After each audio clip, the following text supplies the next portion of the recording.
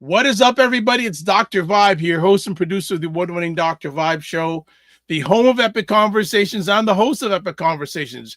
I'm having some fun this morning. I'm not bringing the right people up. Okay, there we go. There we go. It is Dr. Vibe here. I don't know what I've been messing up the intros over the last few days. I guess taking that long break. I haven't always concerned about this, that, the other thing, but we are here. Dr. Vibe here, host and producer of the award-winning Dr. Vibe Show, the home of Epic Conversations, and I'm the host of Epic Conversations 2018 Innovation Award winner, 2020 Best Podcast News Award winner given out by the Canadian Ethnic Media Association. I also co-host and co-produce the only online show in the world for dads and fathers and male caregivers that is sponsored by Dove Men Plus Care, and being part of that team, reached out directly and indirectly to over 400,000 dads, fathers, and male caregivers around the world. And here he is putting on his foundation. Right. Yes. You know you're dealing with my lips aren't ashy. You know you're dealing with a TV star. Oh, I've got to put on my foundation. And usually I hear ladies saying they got to put on their foundation. You're the first Black male I've heard. Oh, I got to get my foundation right. Right. Okay. Yes. Okay. Moving it out, guys. That's right. Yeah, there we go. And for those that do not remember who I am, my name is Ryan Knight, one of the co-founders of the Afro-Caribbean Business Network. We work with entrepreneurs of African and Caribbean heritage, really to figure out what stage the business is in, then help them create a strategy to grow their companies exponentially. And I am an entrepreneur myself. I run a company called Detailing Nights. So we provide mobile waterless car cleaning. So we go to people's houses or their offices, clean their cars on the spot without using water, and our plant-based eco-friendly cleaning supplies. And I do want to thank those that joined us last Friday for the Detailing Nights hiring info session. So we're hiring for 4 positions: our detailers, area managers, marketing team, and customer service team. So there's about 77 people that registered and about 30 that were able to join us. So looking forward to going through the training with them and seeing who's going to work with us in the summer. Wow. You know, I just had another really great feeling. We started off and then all of a sudden, like a whole pile of people jumped in, which is good. That means notifications are working and people think we have some positive value. What was up over the weekend? Yeah, you know, this weekend, what was happening this weekend? I know Sunday was light, not much happening on Sunday. And then preparing for, I had to find my voter card to get ready to vote today. So looking forward to that, reading up on the past campaign promises and seeing where people are landing. But yeah, the weekend was nice, and just detailing when the sun is out, it's go time. So loving the weather. And today is going to be another great one too. So yeah, great. How about yourself? How's the weekend? Yeah, it was, well, I did a show Friday morning, Saturday afternoon, 2 yesterday at 5 p.m. and 8 p.m., another show today, and it looks like, I messaged you last night, I don't know if you can make it, but it looks like I'm going to jump in at 9 p.m. this evening and just give some takes on today's election. And Cesar Nadima Musa is going to jump in with me. Maybe Wayne Harris, if you're available, we'd love to have you come on and give your takes on the election. And I hear you. Yesterday I went out to a local mall, and I spent time trying to find a parking spot. Ooh. Driving around, have my window down, and this guy goes, "Yeah, man, you think it's Christmas or something?" I go, "No, the sun's out." Yeah, people want to get out their house. So that was really good. Had a major win for me. There's been a software I've been trying to figure out for the longest period of time, and it wasn't working properly. And Cesar was a little bit delayed getting on for Black Canada Talking yesterday. He said, "You know what? Let me just go online and put the right prompt and see if I get an answer." Within 10 minutes, bam, I said yes. So when you least expected, this challenge got results. So that's going to improve my productivity. I can do more on my main computer, which is absolutely amazing. And yes, got a vote today. Yes. Thank goodness the voting place is only like it's 4 minutes walk. Oh, nice. And also shout out to Daniel Francavilla. He has a nonprofit called Access Charity, and they were doing their pitch on Saturday. I saw that. So I got to be on the panel with my boy T by Daniel, who all three of us really grew up in Brampton, starting our business around the same time. And you So you can't let go of the Northwest Territories, man. yeah, definitely still connected. So yeah, I'll just shout out to them and the participants that pitched and the winners that got selected. So congratulations to them. Good stuff. Yeah, really. A lot stuff went on this weekend, but just that win of getting that software. Yes, I wasn't able to use it on my main computer. I figured it out. I said yes, and then I got an email this morning from an organization with 50 AI tools that are free that I can use. And then I've also been working on another thing in regards to AI that I'm gonna. Yeah, this week I'm gonna put it out there and say, hey, what do you think, family? What do you think? So I'm looking forward to that. But we're going to go to break fairly quick today because we have a new friend on today. And we spoke on Saturday. It was on Saturday. And he said he was having a day. And he said, you know what? I'm really happy we had this conversation. It brought me a lot of good energy. And there's a pile of people jumping on, which is I wonder if this because it's an election day in Canada. And we're going to be talking about the election. Hint, hint. This is our main topic of conversation today. But yeah, so let's go for a break. And we're going to go in on the Canadian election with a young gentleman who wrote an amazing article about it, especially if you haven't voted yet and if you have voted. So we're going to be back in about a minute. And if you're hungry, this is up your alley. Vibe Black's Restaurant Week, an amazing week, a flavorful week. We are eating good. It's a national campaign created to promote Black-owned Canadian cuisine, food trucks, pop-up kitchens, and chefs. Go out, taste the food, enjoy it, and get to know us and to get to know our culture. Puts the spotlight on Black-owned dining establishments right across the country, not just here.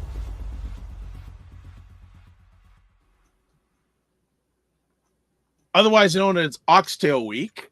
Report will be due. All right. So, family, Buy Black's Black Restaurant Week happening from Monday, May 12th to, I forgot the 2025, to Sunday, May 18th, 2025, aka known as Ryan's Oxtail Week. The Oxtail Hunter. Oxtail Hunter. Yes. Yes. So, check it out. I want to show it correctly. I forgot that. And I want to represent Camille and Roger properly. So let me do it properly. I don't want to get them upset. So there we go. This is proper. May 12th, 2025, May 18th, 2025. There's the link. Check it out. I'll be sharing it also on the comment section on most of the platforms. I'm broadcasting this live on the replay on. Subscribe to the Dr. Vibe Show on YouTube. Hit the notification button. We have hit 1,790 subscribers. Yes, yes, yes. So you know what's next, family? 1,800. Boom. Keep pushing. Yes. Let's keep pushing. If you're up to it, subscribe on YouTube or tell someone about it if you already have. Subscribe on Facebook, LinkedIn, and Instagram. Join the Discord group. Email me dr@vibeshow.com or click on that link. Advertise your business product or service. Email me dr@vibeshow.com. Indie Soup Media, can't forget that. Our good friend Dr. Tachi out of Fort Lauderdale, Florida. YouTube channel of independent content creators that has over, I think they're now at 26,000 subscribers in over a year.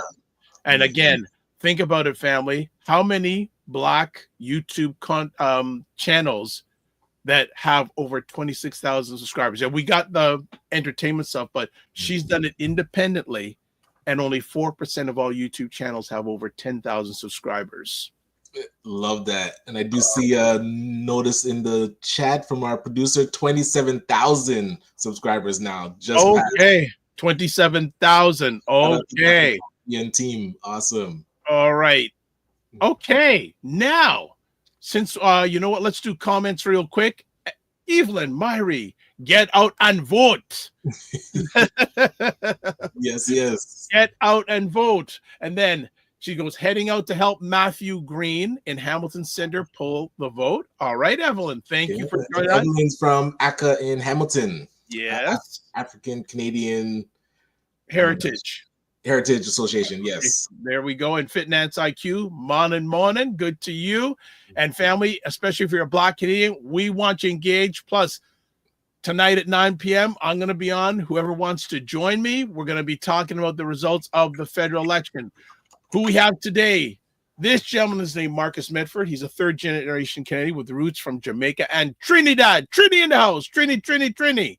And he's a Toronto-based freelance journalist who's worked with CBC, ByBlacks.com, CTV, New Canadian Media. Okay, that's where I met him first. We met a number of years ago at a New Canadian Media event. Yes.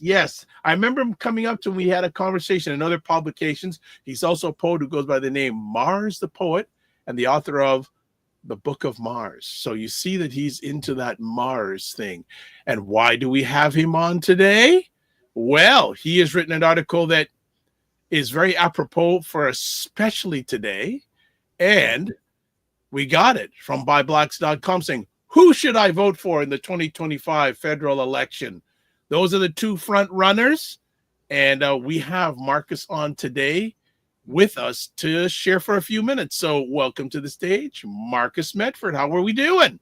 I am very well. Thank you for having me. It's good to see both of you. And yeah, I know that I met both of you a couple of years ago, and it's crazy to think about how long it's been, because it doesn't feel like it's been that long. Yeah, and for anyone that sees all the branding or the style that ACBN, the Afro-Caribbean Business Network, looks like, it is actually because of Marcus working with his mother, Nakembe. They worked on our brand guide and our whole marketing strategy 6-7 years ago, and it's still going strong. So I want to thank you for that, brother. It is. It was really great working with you, and I think like every time I see notifications from you or like the post on LinkedIn or I'm like, yes, like it's great to see. It's great to see. I love it. Very nice. Just before we jump in, I noticed there's a third person missing in your breakdown. So NDP, Jagmeet Singh, do they have no chance, or is it? Okay, hold on. You're already jumping into the thing. They're missing. No, we put up who should we vote for, and he's missing. So I'm curious, is that just like a lost cause? I will say personally, like article aside, I am one of the things that I've disliked about how the conversation has gone is that it has been such a binary choice that that from right out of the gate it's. And as someone who works in the media, like the framing of it, that it is Mark Carney versus Pierre Poilievre. These are the only two who have a realistic chance. So there was part of that. And part of that is also just a response to the polls. Like when you're seeing that a majority of people's attention or voting intention is going towards the two candidates, really taking more time to scrutinize and look at what they're saying, what their plans are, makes more sense. I will say, like, not to get too into the weeds of it, but one of the things that I hear from Jagmeet Singh and from other NDP MPs and like NDP strategists when I listen to political podcasts, because that's something I do very often.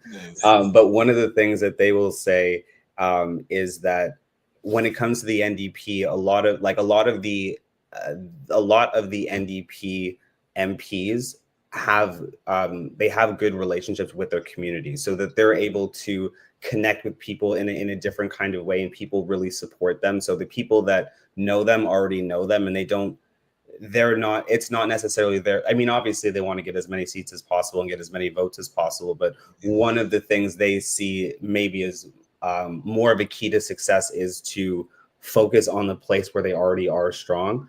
And I know one of the things that, I mean, I say I saw because like looking at the election as opposed to not following it closely, but for people who were following it closely, the Ontario election that was just 2 months ago. But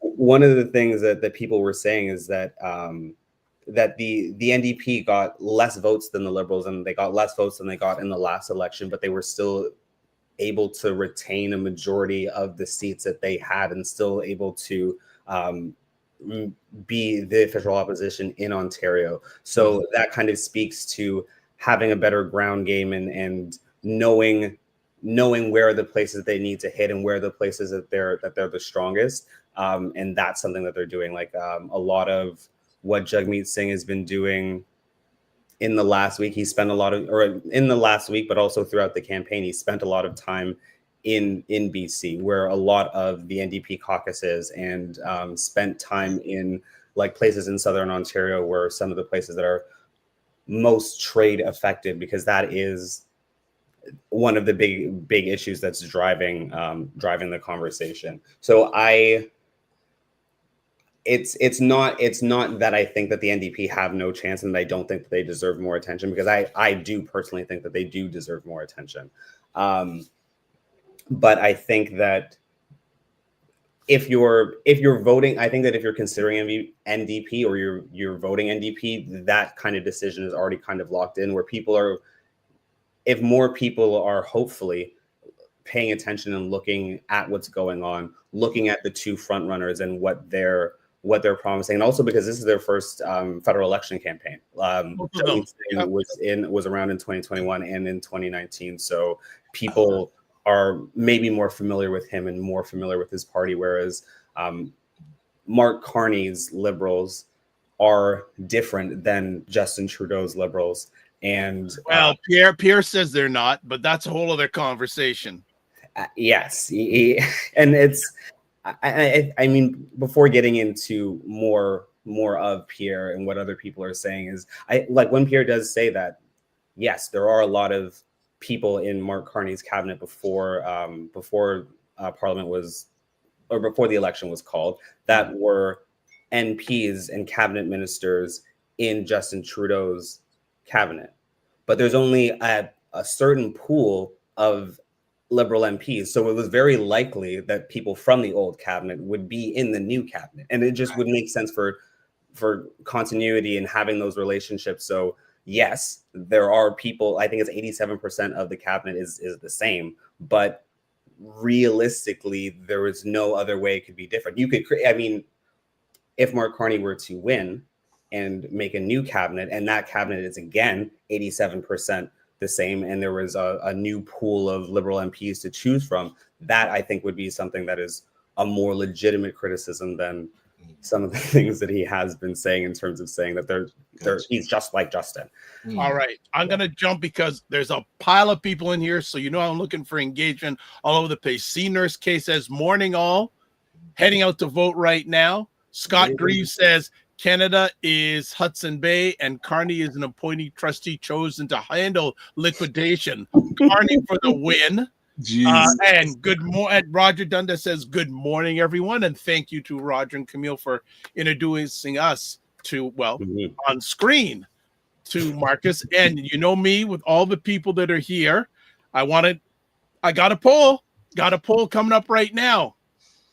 So let's see if I can put it up here. All right. If you are following this on the Dr. Vibe Show YouTube channel, what party do you think will win to the most seats in today's election? 1, enter Liberals. 2, enter Progressive Conservatives. 3, not sure. We're polling in real time. All right. So we'll keep everyone up to date on this. So a little bit about the article. Hold on a second. We got another comment here. Catch my drift. Pierre Poilievre has my vote. And Wayne Harris says, good morning. Miss Harris says, good morning, gentlemen. Medford is Bayesian? No. Trinity and Jamaican. I love Bayesian. Okay. All right. So let me ask, what inspired you to write this article at this particular moment in Canada's political landscape? I think one of the things I think about, like I'm 31, and I think that, I have a decent amount of friends that are journalists in journalism, but for a lot of my friends who are not in journalism, I am one of the few journalists that they do know. And I think, like, as we were talking about as the article looks at the platforms, I have been like part of my job is to watch the speeches, watch the Q&As that happen after. Again, as I mentioned, listening to podcasts. So like I'm somewhat more plugged in to what's going on in politics than some of the people like in my life and in my social circles. So to be able to compile all of the things that I've heard and break them down and lay them out is something that I do enjoy doing. I think that, I mean, it's always said that the election, whatever level it is the most consequential one of our time. And I think that this is probably a time where it does feel very true with what's going on in the States. And I think like what's going on in the States is definitely very important. It's a huge part of what's going on, and that's undeniable. But I do think that some of the other things that are going on, like housing, like affordability, like polarization, and the way that people feel about politics and how they respond to politics, how they engage with politics, and how they engage with each other based on the politics that they have.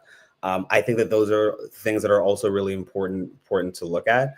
When I posted about this recently, I was saying that I've really wanted to reject the framing and the idea of this election being a vibes election, and that it's really kind of based on what you feel, and you should make your decision on who do you think is best to stand up to Donald Trump.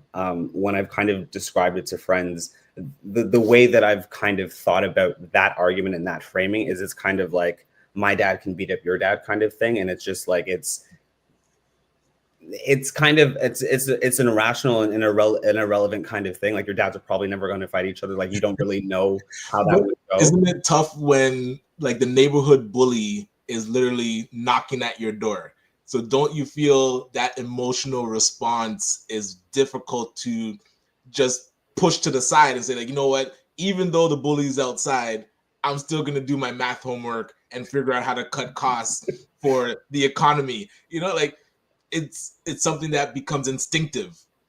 It you know what? And I think I think that's very true. It is this situation and all situations are very emotional, and they are partially rational and they are partially emotional. But I think that one of the reasons why I wanted to present this article, and I'd like to think that kind of the way that I'd like to approach journalism more generally is drawing more attention to the rational arguments and to the rational arguments, to the points. This is what's said, this is what works, so that you don't give too much space to the emotion. I think especially because we're in an election campaign, like there are volunteers and campaign strategists and whole teams who are meant to manipulate people's emotions and work with things with people's emotions.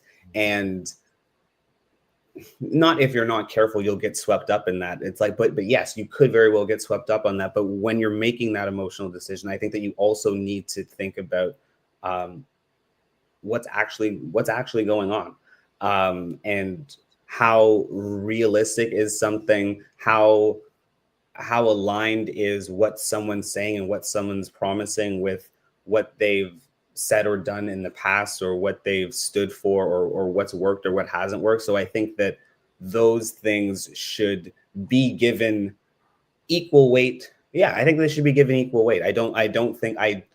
And again, I think because the situation is so big, like I think in Ontario, there was a projection that 500,000 people could lose their jobs depending on how the trade war goes. It's like, that's huge. And a decision like that should not be made solely based on emotion. And again, because the election campaign is, I think, like 35 days. So it's like, what's that, 5 weeks? Paying attention to what's going on within a 5-week period is different than paying attention to what's been going on through like a multi-month period. And with Mark Carney, you can really only go back to January. But still, I think paying attention to all of that, as opposed to paying attention to a short, concentrated thing that's meant to be, I mean, all politics is at some level manipulative. But the election campaign specifically, very manipulative. So I think laying out more of the factual things that are going on and more of the platform is something that that I wanted to do and felt like it was important. All right, just want to jump in here with some comments. Nufono Fernandez says, can't afford the liberals. Pierre has to cut more in year 5. My drift. Okay, hold on. Chris Rose says liberal policy regarding crime most impacts the urban community. And then Catch My Drift says, has Marcus read Carney's book Values? I have not. I haven't read the book Values. I've in reading about the article, and again, because Pierre Poilievre has a longer political career, like looking at the articles, looking at policy announcements, recalling things that I've heard him say in different speeches and question period and whatnot. But for Mark Carney, having to look at what people have said about the book, people who have read the book, their analysis of it, some of the philosophies and intentions that went into the book, that was something that I did look into a little bit. Like I know that he kind of outlines his climate philosophy and how that relates to the economy very much in that. And I think that he also talks about the role that he thinks government should or could play in people's lives. But no, I can't say that I have actually read it. Okay. From your lens, what are the important issues for Black Canadians in this federal election? I mean,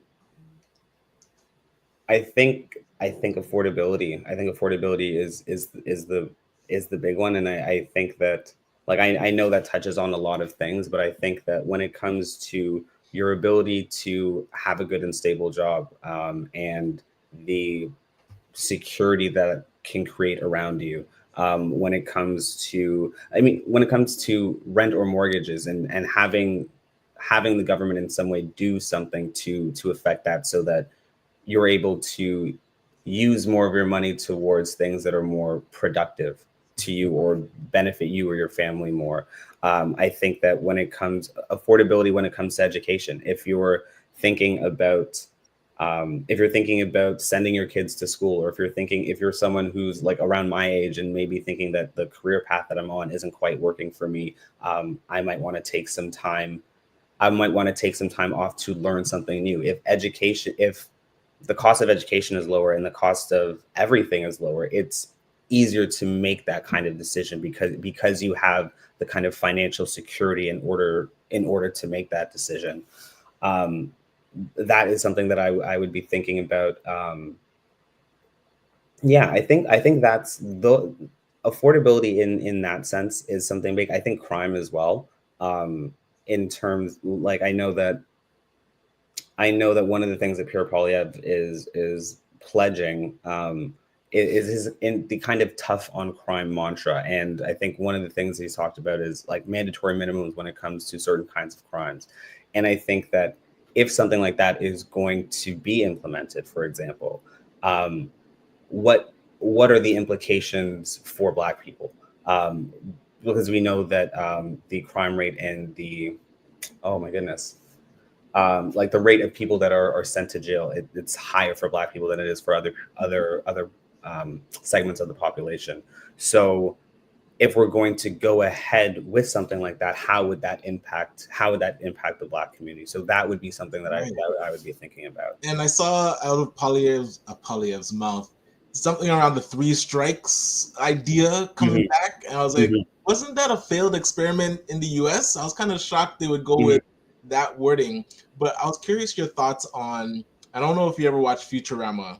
Yes. There's always the joke where the 2 candidates are twins, and it's like they're arguing against each other on different sides, but they're like the same person. That's what I'm starting to feel like with this election, because Carney is very conservative. Like, if you're heading a bank and running the governor of UK, you already have that conservative edge to you. And I feel like Poilievre is like arguing with himself. And like the biggest thing he tried to do was attack him about the carbon tax, and then Carney cut the carbon tax. What are your thoughts on like politics now just becoming like really two sides of a similar coin, like us being able to choose who to vote for when they both sound very similar? I think I do. And I think to the point of putting the article out and then actually looking at some of the platforms and hearing other people who are more knowledgeable than me about the specific things like housing, for example. Like I was watching a video last night and someone was saying that the Liberals' plan and the Conservatives' plan are very similar in terms of, like, I think initially Mark Carney, the housing plan was only supposed to cover houses up to $1 million, but then he moved it up to 1.5, and I think that the Poilievre's was initially 1.3 and then it moved to 1.5 as well. So, and even if it didn't, like, I know that 1.5 to 1.3 is a big difference in terms of money, but it's not hugely different. When you look at who the housing plan, for example, or the tax cuts, who those people would benefit, it's like they would benefit the same group of people. And I think that one of the things they've talked about their tax cut plans is who would benefit more first. Because I think that with the Conservatives' plan, I think that in the first couple of years,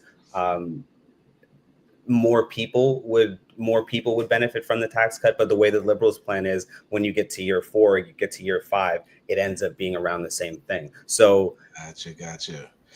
And this is where what might, I would say, put Liberals ahead is the fact that they cut the carbon tax and people saw gas prices drop. Yeah. So visually, it was something that they were able to do to show immediate savings on the cost of living. Yeah. It's tough. And that's where the incumbent typically gets that added advantage, because the Conservatives can talk all they want, but there's nothing that they can put into play that would give people a visual, immediate relief. Liberals can play with stuff to see, okay, this is something we can do right away. And I think, but like before going into that, I think that to the point of what you were saying with the twins and having similar kind of plans and again, a difference between the Liberals' plan and the Conservatives' plan when it comes to housing is that the Liberals' plan is for first-time home buyers and the Conservatives' plan is for anyone. It doesn't matter if you're a first-time home buyer. Gotcha.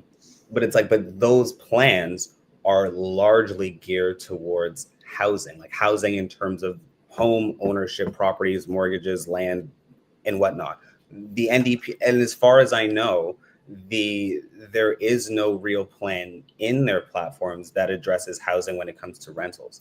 The NDP's does. Oh, gotcha. And so the whole twin thing is just kind of like this kind of housing, this kind of housing, this kind of housing. But what about this kind of housing? It's like that's the NDP is like the cousin, I guess would be the cousin in the situation where it's like you're related, you're talking something similar, but it's not quite the same.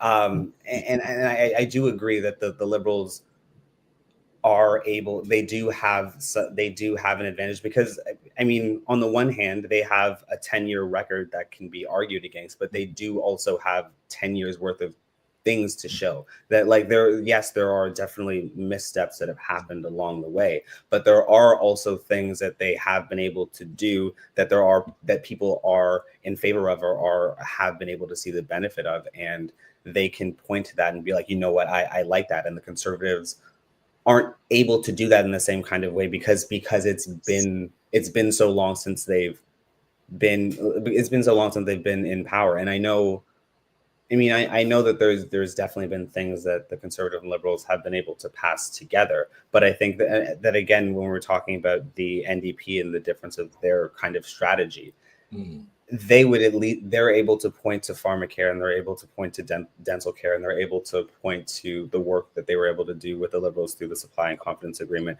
to get like childcare done, for example. So even they have that example or that advantage to draw on, whereas the Conservatives don't necessarily have that. And again, when it comes to the advantage, the fact that Mark Carney and the MP, the people who are sitting MPs or hoping to be MPs later, they are the ones that are cabinet ministers. They still are cabinet ministers. They still have a role to play, and they there is some kind of financial issue and Dominic LeBlanc has to do something, it's like that is something that he's able to do that no other conservative is able to do. Exactly. And all right, I'm going to politely jump in because I know Marcus's time is limited, but we have a whale of comments, so I want to see if I can get to them right quick. Chris Rose says, every time a young black man gets involved with violent gun crime, it's a travesty to the young black male because the liberal government fails to do anything to help the urban community. A prime example of this is the Indian student who got killed by a stray bullet, and the 15-year-old youth who got killed by the police. And just quick aside, myself and Ryan's condolences to those who lost their lives in that tragedy in Vancouver this weekend with the Filipino community. Very, very sad. Food Plane says, have I not checked yet? Did the election happen? It's happening today in Canada, so you're not too late. Chris Rose says, had we better gun laws regarding gun smuggling and better tech at the border, maybe that youth would not have had a firearm. The Walamala says, two wings of the same bird, talking about the parties. Chris Rose says, obviously he's not a fan of Mr. Carney. Says Carney cut it pre-election. Catch My Drift says Poilievre has argued against the carbon tax since day one. Carney is very much for carbon taxes and has been for years. So says Carney is not a bank teller banker. He's a globalist bankster. Look at what the World Bank and IMF has done to other countries in the world. Matthew Peters says the NDP party is finished. Catch My Drift says Carney only removed them before the election for more votes. He absolutely plans to add more taxes and charges for them. All right, before we get back to Marcus again, if you're watching this on the Dr. Vibe Show YouTube channel, we are running a poll. So, who do you think is going to win the most seats in today's election? 1, enter Liberals. 2, enter Progressive Conservatives. 3, enter Not Sure. So far, most of the votes that are put are saying the Conservatives. Interesting. I added my vote for the Green Party. Well, you did that on your own platform. They were also excluded from this article. Yes. And snubbed from the debate. They're just getting... I think so. I think that I have more to apologize than the debate commission because the Green Party mess up their whole application and whatnot. But I think, and I know this wasn't something that was asked, but I think that kind of on that note, I think that if we had a different electoral system, then I think that it would make more sense to give them more coverage because voting for them would have a different kind of impact. Again, I think because a lot of the work that I do, like not the freelance, I mean, all the work that I do is freelance, but the work that I do for CBC and CTV, a lot of that is national coverage. So it's kind of looking at the picture for the whole country. And like, you can't really get too specific about something that's going on in a certain place, unless we're talking, like as Dr. Vibe was mentioning, the situation in Vancouver, which is something very specific. But when it comes to a national thing, you don't have as much time, so you kind of have to paint a broad picture. Whereas I think that if I was working at a local news station or in a local newsroom that was looking at Hamilton or Kitchener, Kitchener would be a great example. I think that covering the Greens more seriously makes more sense in Kitchener because I believe that the Ontario Green MPP is from Kitchener, so I think that would make more, excluding them from the coverage would, I think, be more of a disservice and would be a more inaccurate picture of the political landscape. But I think that on a national scale, when you look at things, it's and I feel like it's unfortunate. They're more of a lens that all political decisions should be seen through. It's almost like an Instagram filter. Like no matter what decisions are being made, it should have an environmental lens to it. Them as their own party and trying to win individual seats, they should have been able to grow at least more than they have so far. So I feel like them positioning themselves as the environmental filter that we are going to base all decisions on would be a better approach. And an NDP, same, heart and soul. It's like the filter that all decisions should be made is how it's going to impact people and make our lives better. That should never be discounted, you know. And I think that it's unfortunate for the Green Party that that Justin Trudeau's version of the Liberals was so climate forward and so climate focused, and that making environmental issues and making the carbon tax a mainstream idea and making it not as popular as I would like it to be, but like trending in the right direction. Yeah, and because they did that, the conservatives, like, because I remember, and I think it was in the last election, I think that one of the main criticisms against the conservatives is that they didn't have a climate plan, and that they didn't explicitly say that climate change is real, it is a problem, we need to address it, and then afterwards the conservatives like, we can't completely ignore this, and because the conservatives are paying more attention to it, the liberals are paying more attention to it, it's like the NDP wants to stay relevant in the conversation. I mean, the NDP I think was already more aligned with climate and environmental type policies anyway, but they have to also elevate them more, because and I mean, as we were talking about, like with business and marketing, it's like it's your unique. The Green Party has lost their unique selling proposition because everyone else is also focusing on climate issues. And that's what happens when because the Greens like to lecture, and then when people say, "Yeah, you're right," and they're like, "Oh, yes, thank you." It's like the debate's over. Like, we agree with you. Yes. It's and if I was Elizabeth May, I would say if I was Elizabeth May, like if she doesn't get her seat and there's no Green MPs in the House of Commons, but there is more of an environmental focus and an environmental lens that is taken to policy and is in the back of politicians' mind when they're making decisions, and in the back of voters' minds when they're talking about what it is they want. Right. Is that a win or not?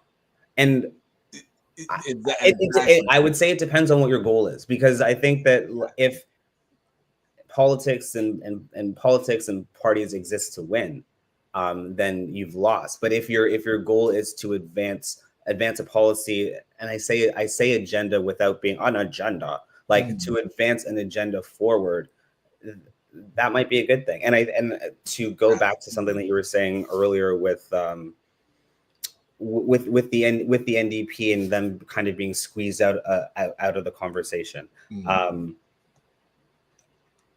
I have heard people say that they, and I mean, Jagmeet Singh also said it, I think sometime last week, that he didn't want to he didn't want to topple the government earlier, like sometime last year, when it would have been more advantageous to his party, because that would have almost guaranteed a pure party of majority. And that's something that he fundamentally doesn't like, ideologically doesn't like.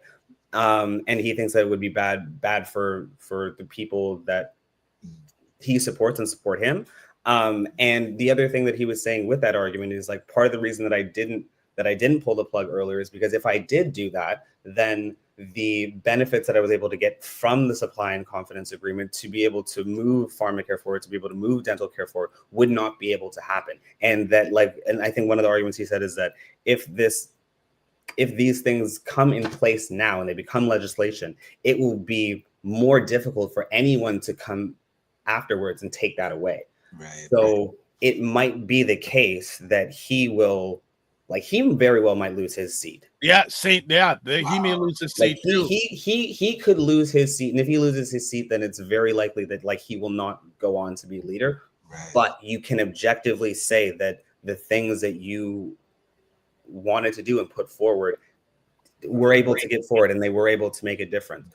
Right. So at the end of the day, how happy are you? What are you happy with? And what are your supporters happy with? Because there will be some people who will be like, the NDP, it's like, you guys, Jagmeet Singh, this is your third federal campaign. You've been leader for a long time. Why don't you have more seats? And there's some people say it's like, you know what, you were a leader for this long and you were able to do this, and this. And right.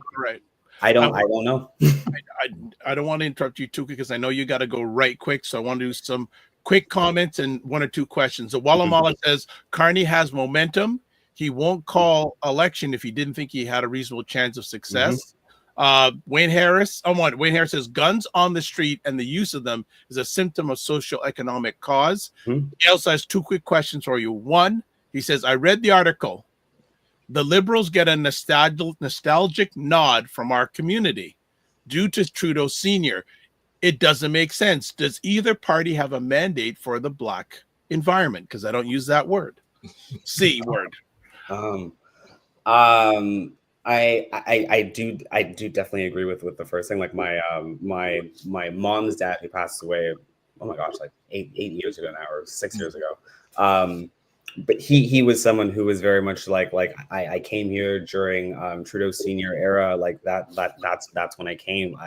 I don't think that he was I think that there are some people who are strict Liberal loyalists, and it's like no matter what's going on, it's like that's who I'm going with. And I think that there are some people who are maybe more Liberal leaning, where it's like that's their default, and it's like I'm going to look there first, and if I don't like what I see, or if I see or hear something else that is appealing, like I'll give that attention. But my home base is the Liberals, and I know that there was a conversation about the Liberals being seen as the natural governing party of Canada, so I think there is part of that. The second part of the question about does either I don't think that any of the parties have a specific plan.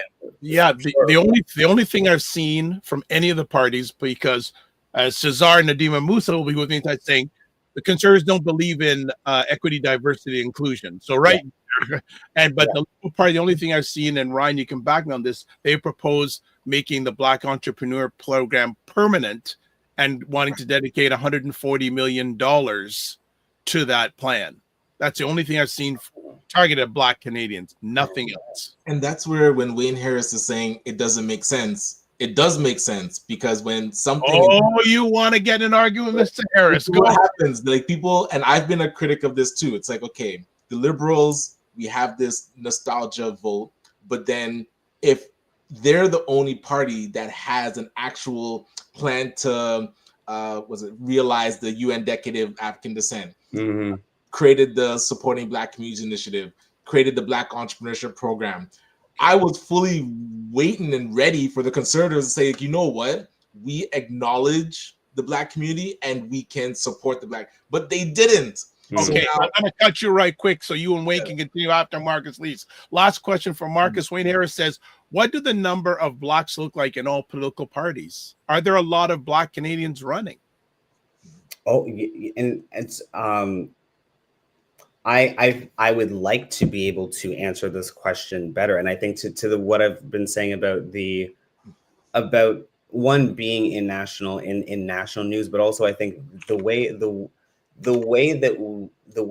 we, and I say we in terms of the media, but also in terms of people, I think that the way that we talk about and frame political conversation isn't helpful, because we're looking at this as Mark Carney and Pierre Poilievre and Jagmeet Singh and Yves-François Blanchet and Jonathan Pettineau and Elizabeth May. Like we're looking at this as a battle of the leaders, as opposed to looking at it individually as like who are the candidates from each party in certain areas. So I have all that I have heard about most of the candidates from the parties are the ones that have had issues, the ones that have been kicked out, or the ones that are some of the ones that are in tight riding. So like the only Black people who I know are running are the Black MPs who were sitting, who said that they were, like, I know that Marcia Ian is not running again. Yes. I know, like we mentioned, Matthew Green is.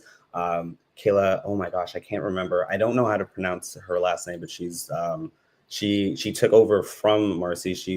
I believe that she is the MP from London. Yes. There. Leslie Lewis is still around. Hetty Fry, I believe, is still going to be there. Emmanuel Dilberg from the Liberals, he's not going, but it's like, so there's not a lot. And because I have looked into this before with previous articles, a majority of the Black people who have been sitting politicians have represented the Liberals. It's usually like, I think that the Liberals are about half, and then the NDP would be around like 30%, and then the Conservatives are around 2%. In Ontario, there are more Black. I mean, Ontario, we don't need to talk about Ontario, but yeah, there's not a ton. Like, I think one of the things I had said in an article at one point is that, like, I knew 20% of the Black MPs in the House of Commons. Someone's like, oh wow, and I'm like, it's like 6 people. it's like 6 or 4 people. It's not a lot of people. There's really not a lot of us. I think I heard a notification on your phone, and I know you've got to run. I think it was on your phone. Look, first of all, thank you for taking the time. I'm going to message you to see if you're available this evening, because you said you may or may not be available. And definitely want to have you back, because your political insight, especially from your age group, is something that's critical for the success of all Black Canadians, and in fact of all Canadians. So I'd like to say thank you for taking the time to hang out with us morning, especially on a very busy day for you. Very exciting. I'd love to have you back. And if people want to get a hold of Marcus, there he is on Instagram, Mars the Poet. And looking forward, and so we're going to see you later. Yes, I will just a correction. In fact, the Mars the Poet, that is my actual Instagram account. They got hacked a month ago. So I'm still looking to get access to it back.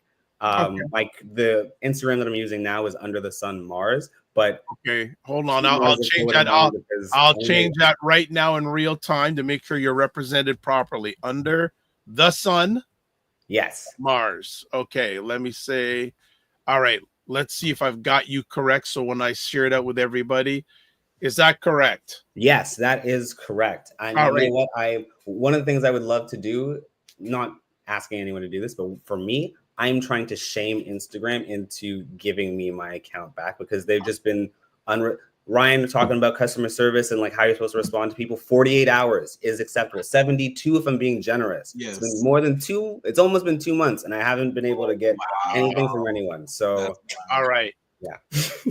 We'll chat with you later. Thanks for everything. You take care and be well. Have a wonderful day. Get out there and vote if you have not already.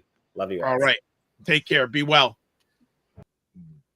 All right, Marcus has left us. You know what? Him and his mother resemble each other.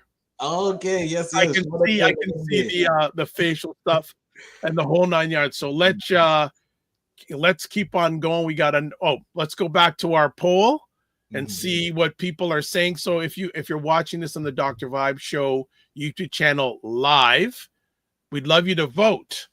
So, who do you think is going to win the most seats in today's Canadian election? Press 1, enter for Liberals, 2, enter for Progressive Conservatives, 3, enter for not sure. So right now, 60% of the respondents say the Progressive Conservatives, 2 are saying not sure. No one thinks the Liberals are going to win the most seats.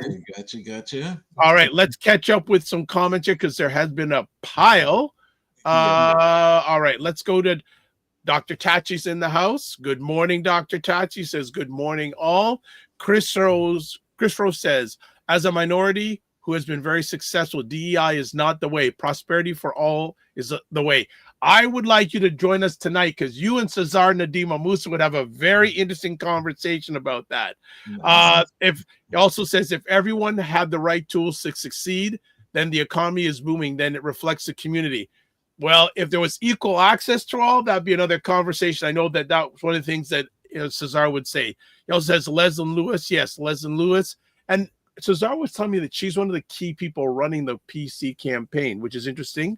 Okay. Wayne has a question that I think he wanted answered. If votes are based on ridings and blacks are only concentrated in lower social economic areas, how does the black middle class ever win?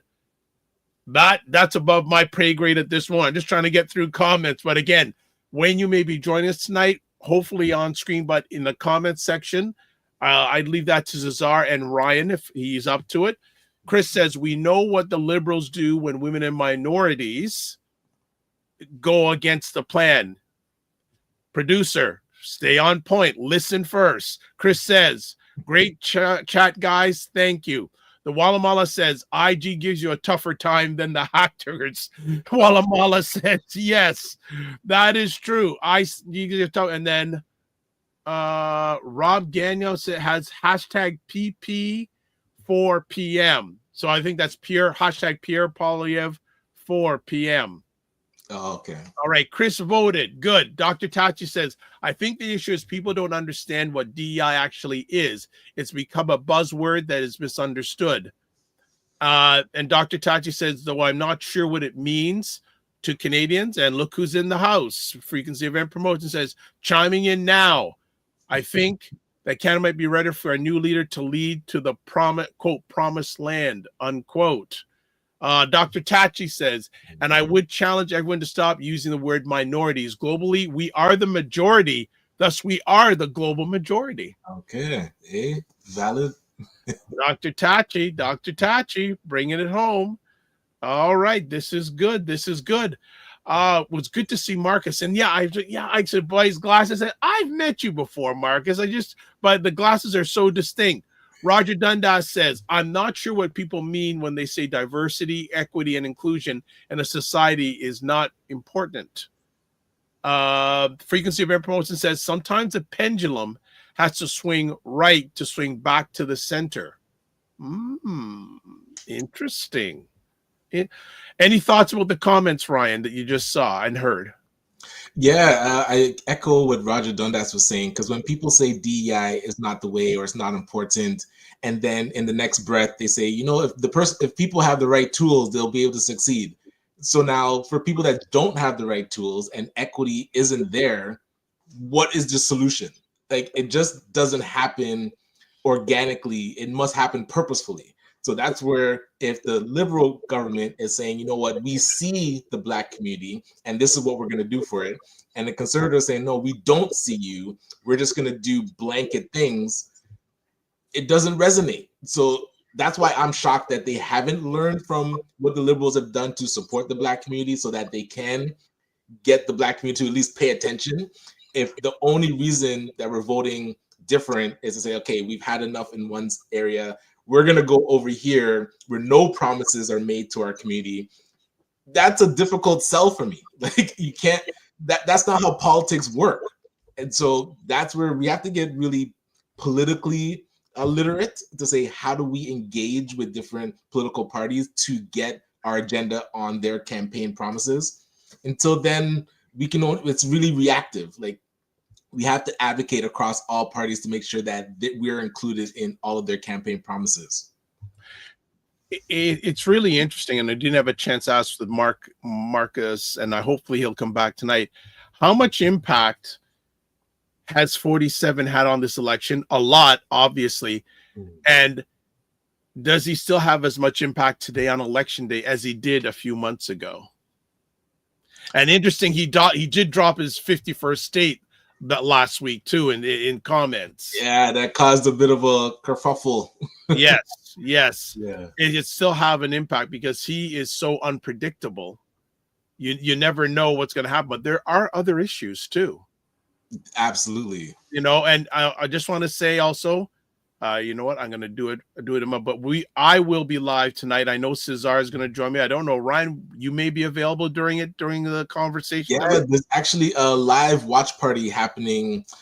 The Scarborough Business Association is doing something in Scarborough, so I was going to head to that. So I'll try and tune in while I'm there. So okay. Yes. Yeah. Okay. It's interesting. A lot of things Black Canadians have been basically ignored in this election. Like, I haven't seen Mr. Carney come out to any Black events. There you go. So this is where, are they doing enough to, well, yeah, it's on both sides. Like, are we doing enough to be on their radar? And then are they responding enough to care and actually show through action and not just through promises? So, yeah. All right. I do have to jump. No problem. You got to go. There's enough comments to keep this going for a while. So right, we'll see you chiming in tonight from wherever Yes. you are. All right. I'll see you. Good stuff. All right. Some more comments here. Chris Rowe says, I agree with Dr. T. When I say minority, it's for conversation's sake. Roger Dundas says, a lot of Black people who are successful will say that discrimination does not exist until they experience it. Interesting comment. Wayne Harris says, some people win, some people lose. Life isn't fair. That's life. I think it goes back. I remember, was it from the first Rocky? Sylvester Stallone said, or no, someone else. I remember saying, life is not fair, but it's just. Remember that quote. Roger Dundas says, for life to be said. Oh, Roger says, for life to be fair at Wayne Harris, we need equity. All right, we need to have a show about equity. That's an ongoing conversation. Chris says, libs saying, quote, we see the black community, unquote, is like shaking my right hand and stabbing me with the left. Okay. Frequency Event Promotions goes, as a suggestion, go out and vote. If you don't vote, we can't complain what happens, in my opinion. Chris says, yes, they see it. However, they do nothing for it. Wayne Harris says, discrimination is baked into our society. It's undeniable. Equity may be possible, but I haven't seen it implemented well. Chris says, also, I have met leaders running, and PP was a genuine man who took time to speak with me. Carney would not even take a pic with me. Well, then it's been interesting to see the media, how the media's been given access to leaders. That's a whole other conversation. You should check out. Everyone should check out articles who are interested about this online. And then Dr. Tachi says, also, leaving the job of voluntary ensuring equity to governments who have blatantly tried to disenfranchise and annihilate people is a lost cause every time. Okay. You family are driving the conversation today. I love it. I love it. I love it. That has been fantastic. What else? This has been a flying conversation. Again, getting ready for tonight. We'll be on all platforms that you're watching now. On my platforms tonight, we're going to be doing a live watch party.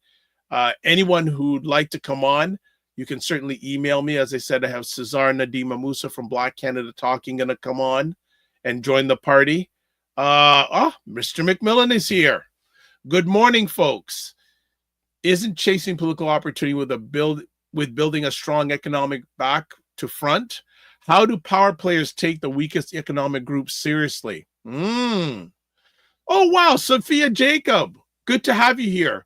Morning, fam. Ready for these elections? Focus on our community is lacking. IMO. Black women and femme overall health and well-being, reproductive justice, economic growth, and develop, and more. Dr. Tachi says, to Wayne Harris, that's because the job of equity is always put in the hands of people who have no clue of what it means. It's their, as she puts in capital letters, idea of what equity is. Woo, I think this is a warm-up for tonight. All right. Wayne Harris, see, we have incredibly great people that know to have great conversations respectfully, even if they disagree. Wayne Harris says, what if the Black community spent more of its dollars within it and helped Black-owned businesses grow and more into non-Black markets? Might that solve some of the employment issues? And there is a thought process from a number of people that I listen to saying that if the Black, and I use environment because I don't believe in the word community because I don't know what the Black community is. That's just me. If the Black environment's going to grow, it has to be based on economics, not politics. Frequency Event Promotion says, Wayne Harris, bingo. Okay. So Wayne Harris and Frequency Event Promotions are aligned together. Keep it going, family. Keep it going. Lots of things going on out there. So again, join me tonight. And friends, I'm going to be sending some requests out to some people to see if they want to join me. I'll probably be putting that post up later on this afternoon because I've got a lot of stuff to get done today in between. Roger Dunlap goes, whatever party wins, we need to figure out how to survive and thrive. Well, you know what? What I will say, Rogers, I want us to stop surviving. I want us to start thriving. Time for more recirculating our finances amongst Black Canadians. Agreed, Wayne Harris. Yeah, that's up to us, not politicians, really, at the end of the day. That's just my thoughts. I don't put them in a lot, but once in a while I'll just sprinkle them in there. Frequency Event Promotions says, Have a good week. Continue to support small business and entrepreneurial endeavors. Be intentional. Roger Dundas says, Canadians, no problem. I got you. I got you with the typo. No problem. We got your back.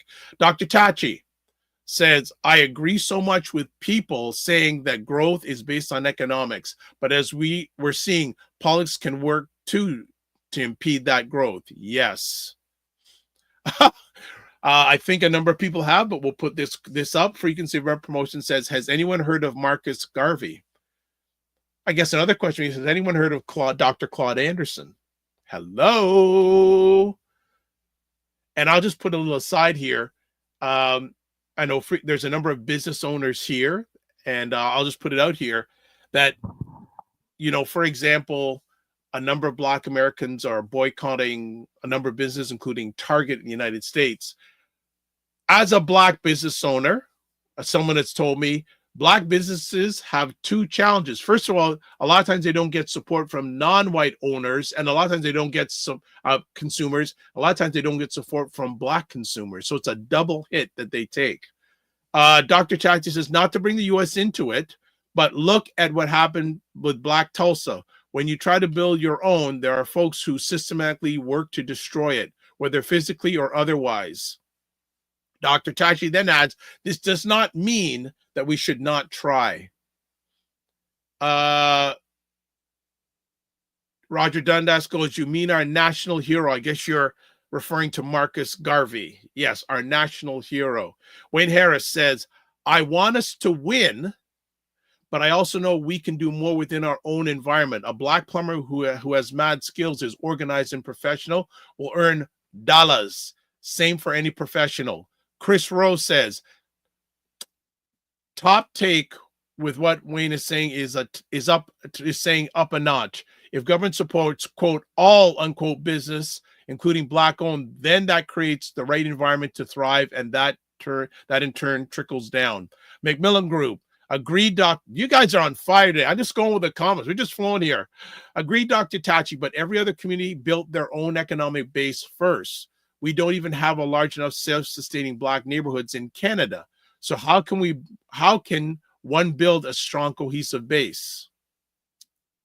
Sophia Jacob says, for what we need to learn, train, and support our young people as they move forward, teaching them the importance of reinvestment in the Black communities. I think that needs to be taught to all of us, regardless of what age group. Sophia Jacobs says, money flows outside our community every 6 hours. Wayne Harris says, the fact that Black Tulsa was built during Jim Crow and we don't have anything today outside of Atlanta and a few other spots might lead me to believe that we are waiting for the outside forces to lead. Sophia Jacobs says, as we spend, intentional spending needs to happen within. Absolutely. I believe people who look like us, we got to solve our own challenges. We can't rely on others to solve our challenges because they're solving their own challenges. I'm just saying. Keep it coming, family. You got lots of comments going on today. So this is leading me to say we need to have a conversation about how do we change it around? How do we change it around? Not anyone else. How do we change it around? And I think a lot starts with mindset and trust, but there's a lot of other factors dealing with that. A lot of other factors. Wow, family. Is this the appetizer for tonight? Chris says, I have to go late for a meeting, but I will join you tonight. I just found your page, but I love it. Thank you, Chris. I hope you subscribe. And if you know anyone else who would enjoy this type of content and interaction, please, would love that. Thank you, Chris. Appreciate it, not taken for granted. All right. Just taking a look at the poll. What party do you think will win the most seats in today's election? 60% say Progressive Conservatives. 3 not sure. No votes for the Liberals. So is there a collapse going to happen for the Liberals? Wow. What would be like that? What would happen if that happened? Woo. Would that be something if there was a collapse for the Liberals? Because everyone's saying, media saying that they're ahead. That would be something else. Okay.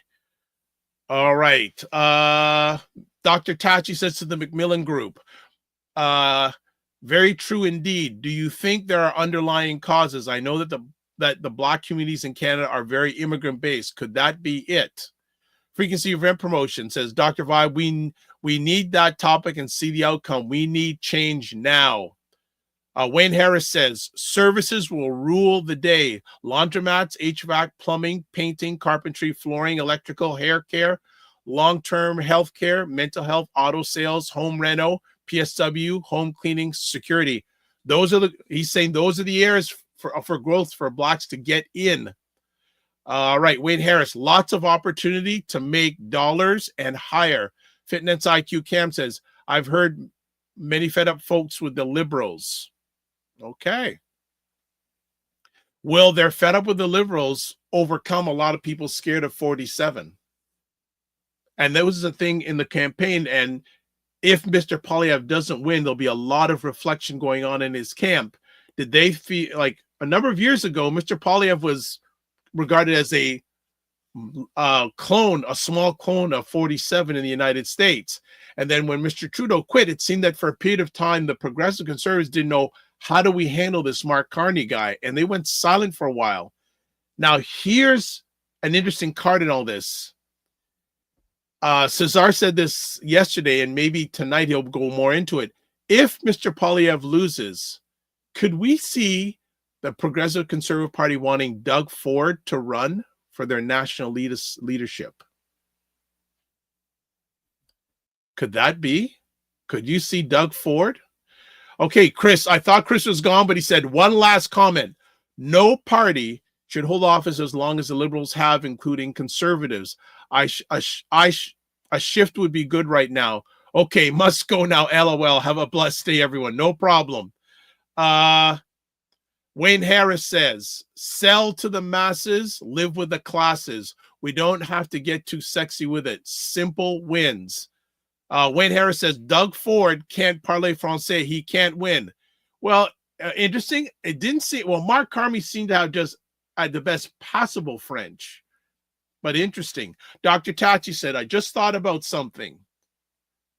When I was in grade school, Saturday Night Live had a skit called Amerida, where the U.S. invaded Canada. Just for fun, 001 Just for Fun says, Doug Ford has ruined his reputation by supporting Carney. But it's interesting. Has he said he supported Carney? But he's been probably out of any major politician in Canada, he's been in the front of pushing back on the tariffs.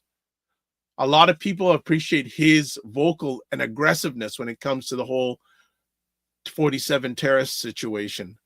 Okay, Wayne Harris says, if Carney is a 6 in French, Ford is a 1. Epic, epic, epic, epic, epic. Producer, keep up with me. All right, that's good. We got more coming. Actually, just want to take a few quick things. So we got another engagement going to happen in just a moment. So I'm going to put it up here. It's got to come up. I'd like to get your take on something. So just give me, all right. So we got this up. Would love to give your take on your thoughts on today's show. We'll be shutting it down soon, but I'm going to put it up here. So on a scale from 1 to 5, what do you think about today's show? 1 means it was terrible. 5 it was great. So if you can just on the Dr. Vibe Show YouTube channel from 1 to 5, put in whatever number, then enter. Would love to get that from you. And we'll update you in just a bit. Fantastic. Also, who is around tonight at 9 p.m. Eastern Time? Will there be anyone checking us out? Like I said, we'll be on. I'll be here.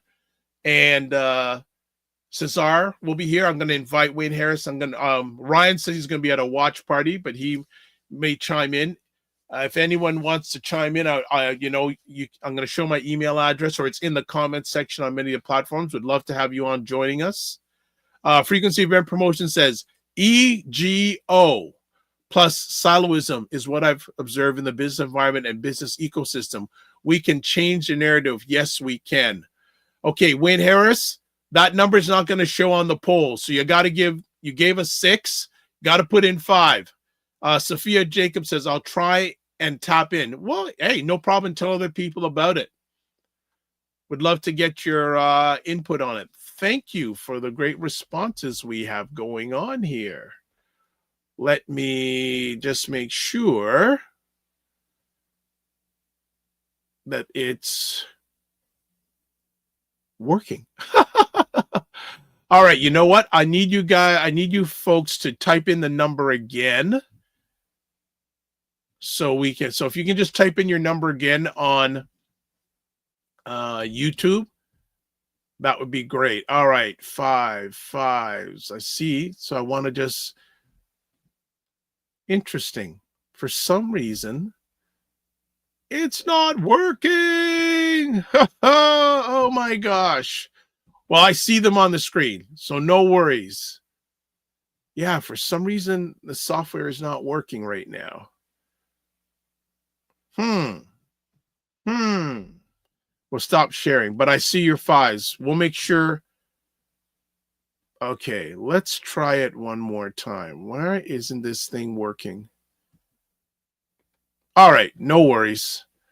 No worries. We are going to make sure oh, well there. Okay, save. Connect to present. Okay. Just give me a sec here. Show it. All right. I would like, sorry to bother everyone again who voted. Can you give it another try for me, please? Oh, wow. All right. Okay. Wayne Harris says, if you ask Medford about his grandparents, I bet they are Bayesian. Okay. The Roger updates, they're Jamaican and Trini. So, because Mr. Medford writes for buyblacks.com. The Wallamala says, that's tech, never works when you need it. That's the end of the day. And Wayne Harris says, today they are Jamaican and Trini. Wayne Harris says, back in the day, I doubt it based on his surname. Okay. Now there's the day about is he Trini enough or not? Oh, my goodness. Wow. So we're really getting into today, back in all this stuff. That's fantastic. Good stuff. Good stuff. I think we're going to shut it down. I need to take a break because we've got another show coming up later on today. But I'm just taking a look at some things. Any other comments that people have? Any other comments people have for today, whether today's show, whether it's just in general? Who do you think's going to win? Talk to me. Talk at me. Or as another person that says online, we don't talk at you, we talk black to you.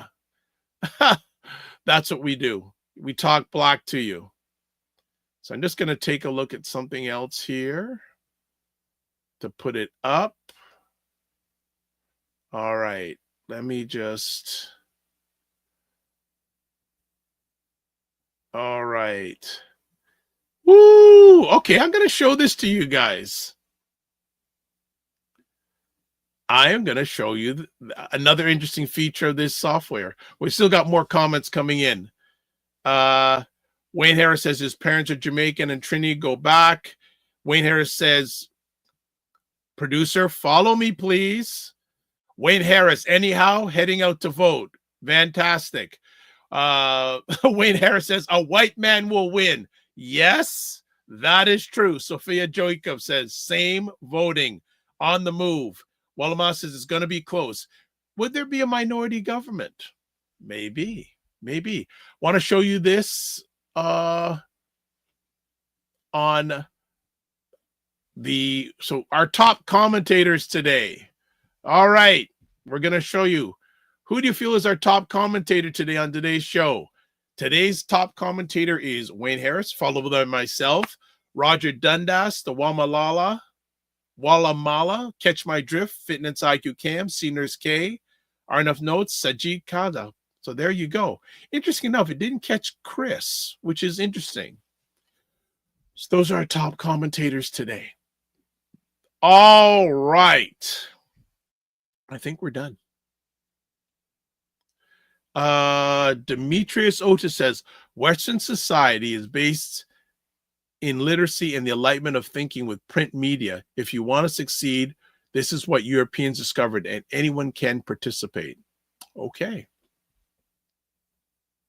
Thank you for that. All right. So it looks like enough of you may be around to hang out with us tonight. Myself and Cesar Nadima Musa. If anyone else wants to join in the conversation, you have my email address. I'm actually going to be putting it up in just a second. We are going to cover that. We're going to start at 9 o'clock because the polls close in Ontario and Quebec at that time, and the majority of people live Quebec West. Nothing against the East. Let's see. So let's cover some things today. Subscribe to the Dr. Vibe Show on YouTube and hit the notification button. Yes, we are finally at 1,790 subscribers. We need now to get to that 1,800. Yes, 1,800. So if you haven't subscribed on the YouTube channel and you're up to it, love you to do that. Refer other people to the channel. Also follow me on Facebook, LinkedIn, and Instagram. Join the Morning Vibe group on Discord. Email me dr.vibe at the drvibeshow.com, or click on the link that you have or you're seeing on the screen, and also put on the chat on most of the platforms of mine that you're watching this on. To advertise your business, product, or service on any of the platforms, please email me dr.vibe at the drvibeshow.com. Don't forget Buy Blacks Restaurant Week, Monday, May 12th, 2025 to Sunday, May 18th. And there's the link you need to check it out on. We have anything else? Yeah. Why don't we do this? Actually, I'm looking for something and I don't see it. Where did it go? Ah, there we go. Oh, can't forget also buyblacks.com. Check them out. Black Canada's #1 online magazine, buyblacks.com website. Just wherever you go online, just put in Buy Blacks or buyblacks.com. They're Googleicious. You can catch Ryan O'Neill Knight, and that's with a KN, not an N. RyanO'NeillKnight.com. LinkedIn, Ryan O'Neill Knight. Instagram at Ryan.Knight99, and work with me at Ryan O'Neill Knight. Email address.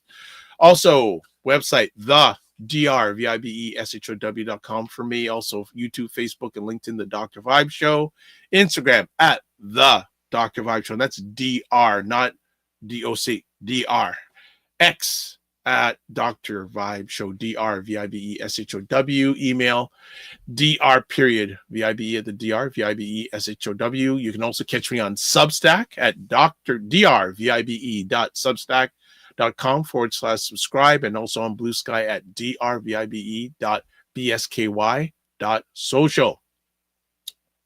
And finally, you can watch replays of this epic conversation at the Dr. Vibe Show on YouTube, Facebook, and LinkedIn, Afro-Caribbean Business Network on Facebook, and Ryan O'Neill Knight on YouTube. We have 2 more comments. We're going to get them in. Actually, one. Cha Yin Lin.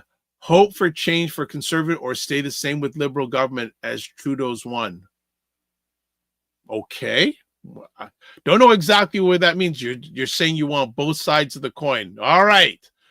Let's finish it off. Live your life as a dream. If you can dream it, you can make it. Sometimes you have to get smaller, get stronger.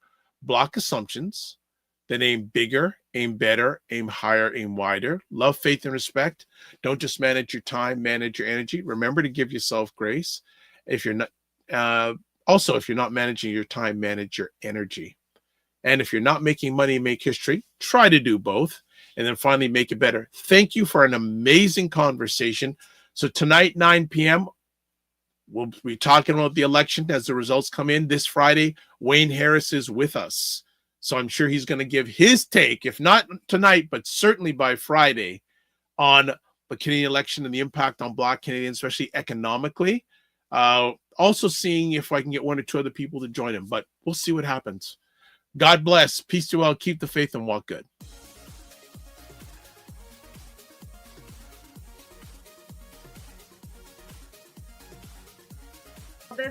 This whole thing of using your business with plant-based products, don't you think your life should reflect that too? Juke him, Carolyn.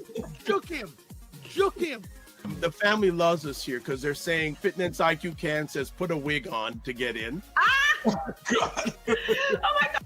Like the ideas are just coming fast and furious here this morning. What? Okay, look at this. Global Women Ambassador. Good morning. Look forward. Okay.